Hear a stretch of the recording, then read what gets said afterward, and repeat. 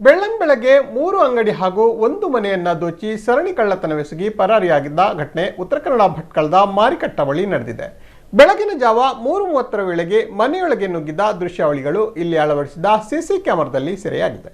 ಇದಲ್ಲದೆ ಸಮೀಪದ ಬುರ್ಖಾ ಅಂಗಡಿಯಿಂದಲೂ ಸುಮಾರು 30,000 ರೂಪಾಯಿ ನಗದು, ಬುರ್ಖಾ ಮತ್ತು ಇತರ ವಸ್ತುಗಳನ್ನು ಕಳವು ಮಾಡಲಾಗಿದೆ. ಇನ್ನೊಂದು ಅಂಗಡಿಯಿಂದ ಸುಮಾರು 10,000 ರೂಪಾಯಿ ನಗದು ಮತ್ತು ಕೆಲವು ಸೊತ್ತುಗಳನ್ನು ಕಳವು ಮಾಡಲಾಗಿದೆ.